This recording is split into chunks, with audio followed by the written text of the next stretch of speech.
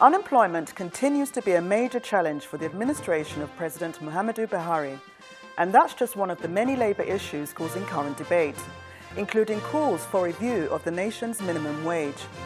I spoke to the Minister of Labour and Employment on the approach the government is adopting to tackle unemployment and other labour matters.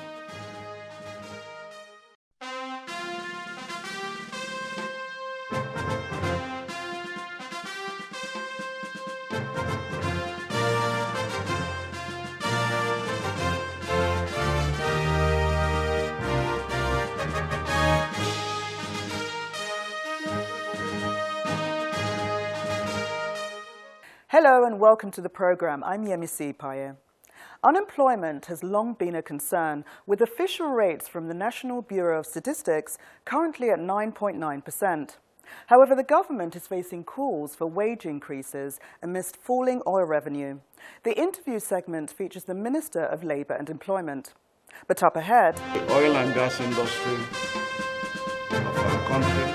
The Minister of Labour is meeting with oil companies and workers in the oil and gas sector to resolve petitions from the workers' unions on allegations ranging from indiscriminate dismissal of workers to job outsourcing. Take a listen. Prior to this meeting, the Minister of Labour held separate meetings with the oil companies, their contractors and employees in the oil and gas sector over several petitions. The petitions bordered on allegations of indiscriminate dismissal of Nigerian workers at the expense of expatriates by oil companies and job outsourcing. At this general meeting, the Minister brought all the parties together and laid the issues on the table. The lodge of petitions from the unions themselves complaining of so many anti-labor behaviors from the oil companies and their subcontractors, the labor contractors. These ranges from arbitrary disengagement of workers. However, before each party is allowed to state their positions on the matter, the Minister of State for Labour advises them to talk about ways of resolving the issues in the interests of all concerned. I strongly believe, as a lawyer, that there is no problem yet without a solution. Very strongly believe. And I believe that dialogue is the way forward and the best form of resolving issues. And what we have tried to do is to proactively arrest those issues. So we will call on frank discussions, yet demonstrating understanding of each other's challenges. That's all I want to add. And in meetings like these, I'm reminded of Obama's speech just yesterday when he said, if you do not compromise, sometimes you cannot govern a nation. In the same way, to make this sector function very well and satisfy the basic needs of all segments, all key players, all stakeholders, I believe that this afternoon we'll be able to reach some basic compromises. We'll be able to reach a good state that can move us forward.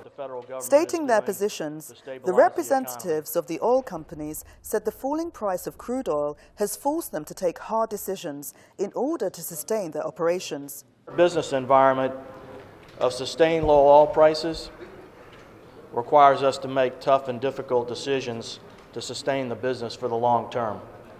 Many of the projects that we have underway are uneconomic, so our activity level is declining, and we're having to make adjustments in the resourcing of our operations and our projects. But the oil workers would take none of that.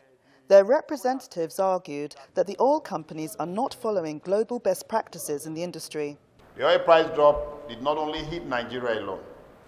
It's a global issue, and as such, and Nigeria is not the only country that is currently producing oil in Africa, even if we are the giant. Angola had the same issue, and other African countries, those countries are not experiencing the level of job losses that we're experiencing in Nigeria. And I bet the IOCs that are representing those IOCs here to affirm to that. And they should defend that. We have our facts. I want to assure you, my Honorable Minister, that 100% Nupengasan is very much committed to partner with you and partner with the IOCs to see how we can secure our jobs. But I will say in clear terms that we may not fold our hands on the fence to see a situation where our members lose their job. We will react, and we'll react positively.